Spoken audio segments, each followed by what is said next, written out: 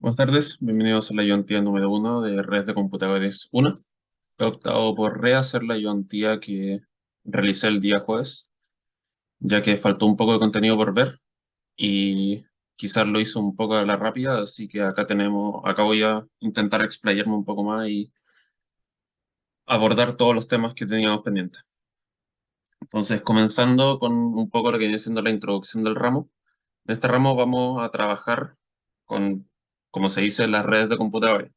Y estas están compuestas de tres elementos principales, que serían los hosts, que corresponden a los sistemas terminales donde están corriendo las aplicaciones de red. Entiéndase, entiéndase por aplicaciones de red, servicio HTTP, servicio de correo o cosas de ese estilo, esas son las aplicaciones. Tenemos los switches, que nos sirven para interconectar los hosts dentro de una subred. Y después tenemos los routers que van interconectando estas subredes y también o sea, nos van dando el acceso para poder mandar o tener comunicación desde una subred uno a una subred 2. Como se ve acá en la imagen, tenemos varias subredes, siendo esta una de ellas. Y si se dan cuenta, hay un router ahí que está interconectando con el proveedor de Internet y a su vez el proveedor de Internet interconecta la casa, por ejemplo, también mediante una subred. Entonces, en cuanto a los hosts, tenemos tres tipos distintos de hosts, que serían dos tipos en efecto. Son los computadores y los celulares que cuentan como aquellas aplicaciones donde, claro, se corren, o sea, aquellos terminales donde se corren las aplicaciones, o los servidores que serían esta imagen más como de un tarro de computador, que es quien tiene la información del servicio o de la aplicación que se quiere entregar. Entonces, continuando, tenemos el concepto de Internet. Sabemos que la Internet son millones de dispositivos, están conectados vía enlaces de comunicación. Y los componentes que tiene el Internet serían, en primer lugar, los ISPs, que son los Internet Service Providers, que vamos eh, ahí a revisarlo un poco más adelante. Y los protocolos, que los protocolos son aquellos que se encargan o que dejan la pauta de lo que viene siendo el envío y la recepción de mensajes. También los vamos a ver un poco más adelante. En cuanto a los servicios que provee el Internet, ya mencionamos algunos, como serían las aplicaciones. Tenemos las interfaces de programación también y obviamente la comunicación entre estos. Entonces, retomando con los protocolos, como habíamos dicho, los protocolos definen un formato de las acciones a realizar al momento de recibir al momento de emitir o recibir un mensaje. Entonces, en este caso, en esta imagen que tenemos acá, tenemos un ejemplo de protocolo de comunicación que se va a ver cuando pasemos a la capa a la segunda capa del modelo con el que vamos a trabajar en el ramo. Y si se dan cuenta, el protocolo funciona de la siguiente forma. Desde el host, uno hace un requerimiento de conexión hacia el servidor mediante el protocolo TCP. Una vez que se recibe la respuesta, o sea, una vez que el servidor le llega este requerimiento, manda una respuesta de vuelta hacia el host, que sería la respuesta de conexión TCP. Cuando ya se estableció la conexión, es decir, las primeras dos flechas corresponden al establecimiento de conexión entre el host y el servidor. Una vez que ya está establecida la conexión, desde el host podemos hacer solicitudes, como serían solicitudes del tipo HTTP, como sería el caso GET. Hay otras solicitudes más, para el método PUT, el método DELETE, entre otros. Pero el GET es básicamente solicitar la dirección URL que está ahí. Entonces, indico que estoy solicitando eso al servidor y el servidor me responde con un archivo. Y todo esto, si se dan cuenta, está medido en una escala de tiempo, que es la escala que tenemos acá al costado, que va indicando que los requerimientos y estas como emisiones y solicitudes no son de forma instantánea, tienen un delay en el momento de la transmisión de estos que lo vamos a ver en su debido momento. Continuando, tenemos la estructura del Internet, o sea, una parte de la estructura, donde vemos que está compuesta de tres redes. En primer lugar, tenemos la red periférica, que es principalmente donde se ubican todos los hosts, donde están ubicados los computadores, los celulares y los servidores. La red de acceso, que vendrían siendo los medios de comunicación, los cables, los switches, y la red central, que está dado por los routers. Los routers se pueden decir que es como el ente más importante dentro de la estructura del Internet, ya que ellos realizan el envío de paquetes, están a cargo perdón.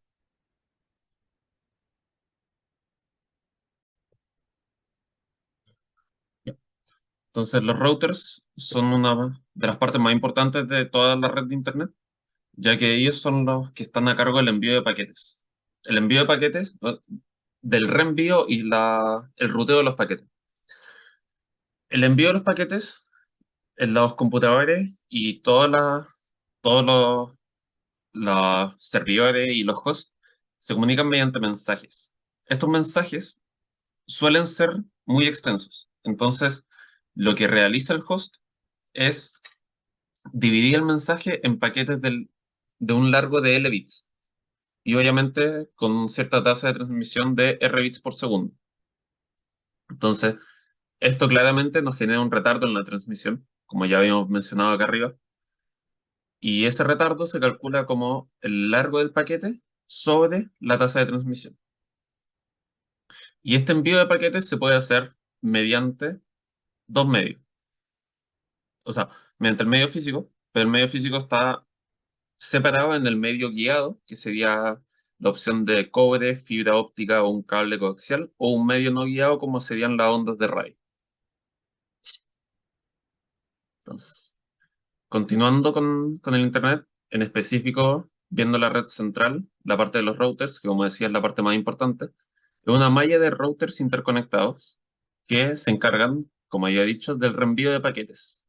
Tienen dos funciones clave los routers, que una sería el reenvío de paquetes y la otra sería el ruteo. El reenvío de paquetes es de forma local, es decir, dentro del router ocurre el reenvío de paquetes y tiene que ver con la imagen que tenemos acá. El reenvío de paquete indica a cuál salida debe ir el paquete que está llegando al router.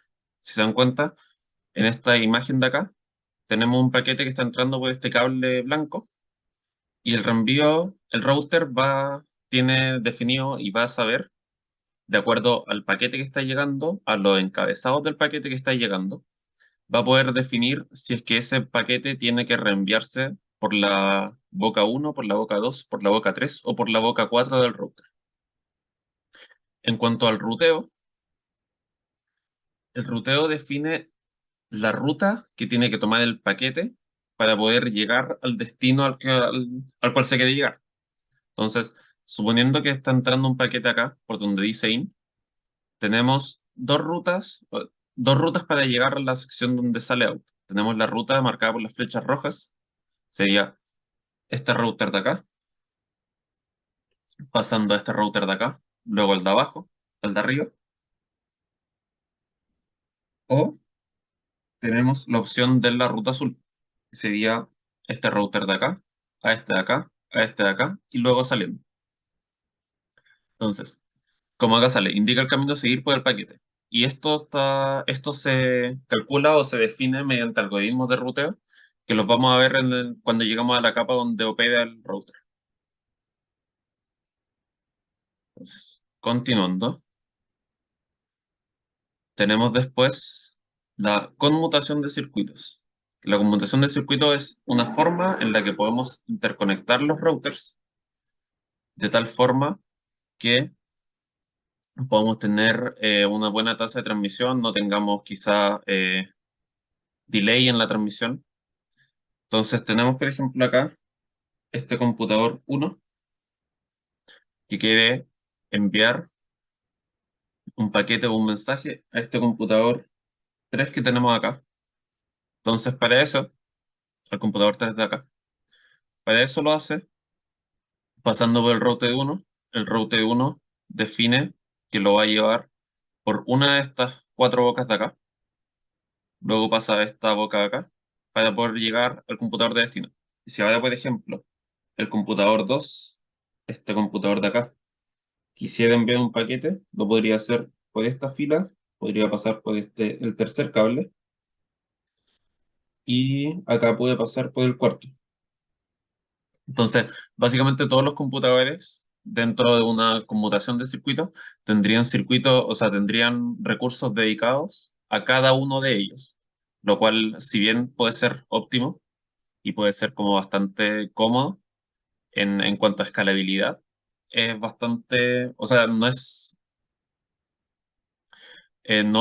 tiene suficiente escalabilidad, ya que tendríamos que tener millones de cables, tendríamos que tener routers conectados a millones y millones de cables, lo cual no puede, o sea, no se va a dar, porque no hay ningún router capaz de soportar la cantidad de bocas si se quiere llegar a una conmutación de circuito a nivel como global de Internet. Otras opciones de conmutación, tenemos la conmutación en frecuencia, donde se van en el tiempo a distintas frecuencias, se envían distintos paquetes de distintos usuarios, o eh, la multiplexación de tiempo, que viene siendo que a una misma, o sea, en la misma frecuencia, o sea, en cierto intervalo de tiempo se envía información de un usuario, luego en ese intervalo de tiempo información sobre otro, sobre otro, sobre otro, y cada uno de ellos tiene un intervalo de tiempo que se denomina ranura, como sale acá, definido, y una trama correspondería a la cantidad, o sea, como a la combinación de los cuatro usuarios, y es que estos usuarios se van repitiendo constantemente. Entonces, otra opción de conmutación para poder hacer llegar estos paquetes y estos mensajes a través de la red es la conmutación de paquetes.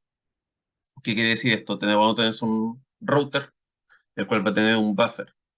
Y a ese buffer le damos, o sea, ese buffer de memoria va a ser capaz de almacenar cierta cantidad de paquetes que le están llegando. Entonces, y de acuerdo a la tasa de transmisión que tenga el router, estos buffers o sea, va a ir liberando paquetes de la forma FIFO, es decir, el primero que entra va a ir siendo el primero que sale. Entonces, va llegando, por ejemplo, acá el paquete azul, llega acá, se pone en la cola, luego el verde se pone en la cola, y de acuerdo a la tasa de transmisión que tenga el router, va a ir transmitiendo estos paquetes. Hay un problema con esto, y es que el buffer tiene un límite de memoria. Y si la cantidad de paquetes que están llegando supera ese límite de memoria, los paquetes que continúen llegando se podrían perder, y ahí tendría que haber alguna solución respecto a esta situación. Entonces, el cómo se puede esto, que es porque la tasa de arribo, o la tasa a la que están llegando los paquetes, es mucho mayor a la tasa a la que están saliendo del router. Entonces, sobre esto, sobre esto mismo, en la conmutación de paquetes, también tenemos una serie de retardos que pueden ocurrir de acuerdo a los paquetes que van saliendo. Y para ser específico, tenemos cuatro retardos. Tenemos el retardo de procesamiento, que es un retardo del orden de los microsegundos, y el retardo de procesamiento tiene que ver con lo que se demora el router en definir hacia dónde tiene que ir el paquete. Es decir, lee el encabezado y puede asignarlo a la boca del paquete correspondiente, o sea, a la boca del router, perdón, correspondiente, para que pueda seguir con su viaje. Después tenemos el retardo en la cola, que es un retardo que va a ser el tiempo que va a estar el paquete dentro de la cola, y depende totalmente de la cantidad de elementos que hayan en la cola, cuánto sea el tiempo de retardo que tenga esto. Tenemos el retardo de transmisión, que lo vimos anteriormente, que viene siendo la tasa de bits, o sea, el tamaño del paquete, dividido en la tasa de transmisión. Y por último, el retardo de propagación, que como sabemos, el paquete viaja cierta distancia a una cierta velocidad, entonces el retardo de propagación tiene que ver con la distancia sobre esa velocidad. Otro concepto, uy, Otro concepto importante es el rendimiento. El rendimiento es básicamente la tasa de transmisión, pero esto genera un problema y es que como tenemos una serie de enlaces que conecta el servidor al router, el router a otro router, ese router quizá a un switch y ese switch a un computador, todas esas cosas, puede ser que la tasa de transmisión de los enlaces sea distinta y nos vamos a encontrar con un problema del tipo del cuello de botella. Quiere decir que algunos de estos enlaces va a tener una tasa de transmisión menor o sea, a otro enlace que esté en la comunicación. Y eso es lo que va a generar, va a ser que va a limitar el rendimiento de todo el enlace, de toda la comunicación en general. Ya que este enlace, por ejemplo, el enlace con una tasa de RC, donde vemos claramente que es una tasa mucho menor a la RS, nos va a estar limitando la velocidad a la que estos dos, a la que el servidor y el host se van a poder comunicar y van a poder recibir la información. Otro concepto importante que vemos es seguridad en redes, o que está presente en la introducción. No sé si es que se alcance a ver en el ramo. La verdad es que por lo general siempre se deja para el último. Pero tenemos tres principales problemas o tres principales ataques que pueden existir y los cuales tenemos que proteger. Que uno sería la denegación de servicios, que es dejar sin recurso para el tráfico legítimo de algún servidor o de alguna aplicación. ¿Cuál es este caso? Se apoderan de varios computadores, como se ve en la imagen, ahí, y estos computadores o estos hosts están en constante comunicación con el servidor o con la aplicación. Y están mandando y mandan y mandan y mandan. Y al final, como hay tantos usuarios, hay tantos hosts intentando acceder o usando un servicio al mismo tiempo, aquellos hosts que no sean parte de la denegación de servicio y que intenten acceder a este, van a encontrar que la página va a estar muy lenta o o que simplemente no van a tener un timeout y no van a poder acceder al servicio al que quieren acceder o a la aplicación a la que quieren acceder.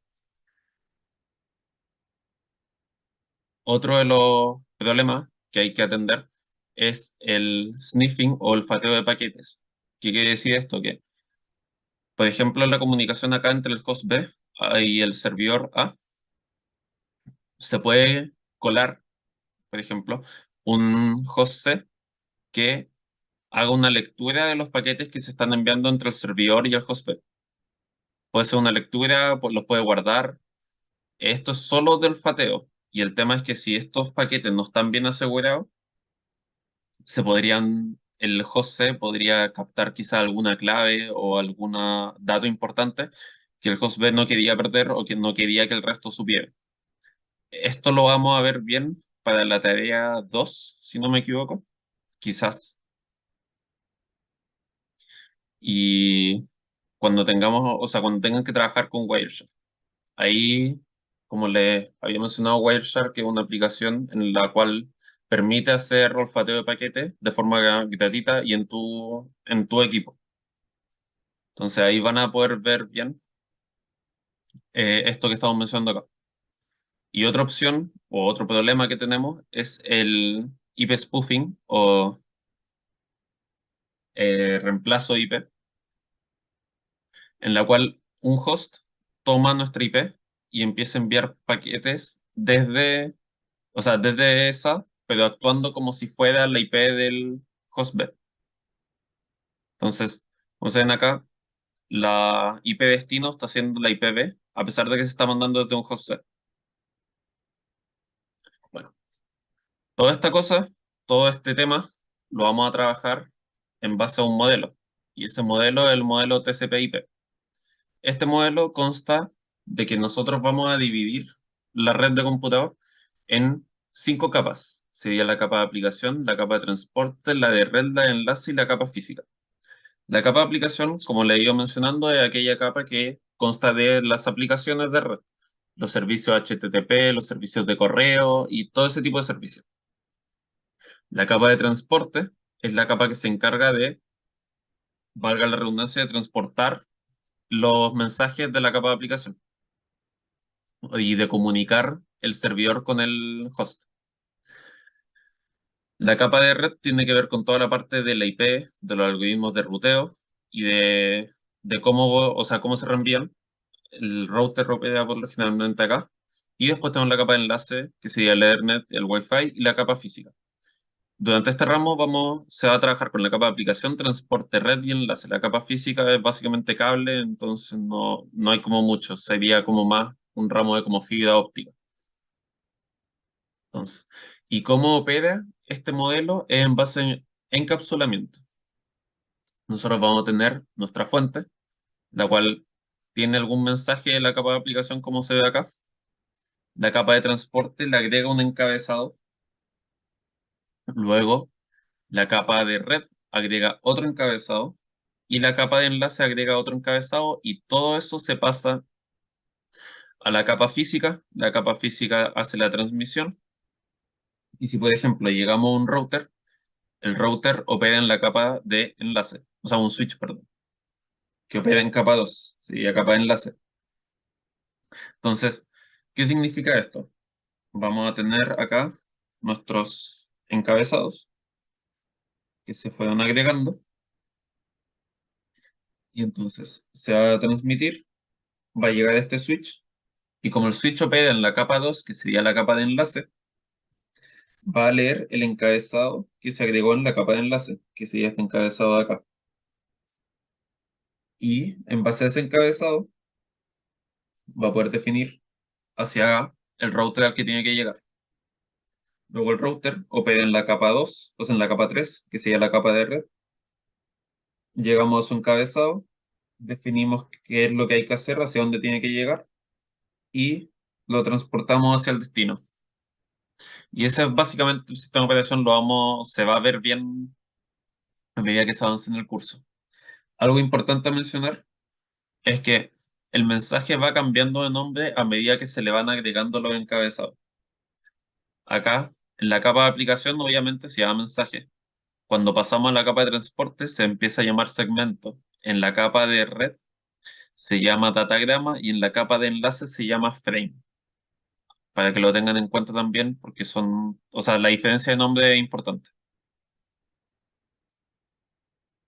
Así que eso sería por la parte de la introducción del ramo.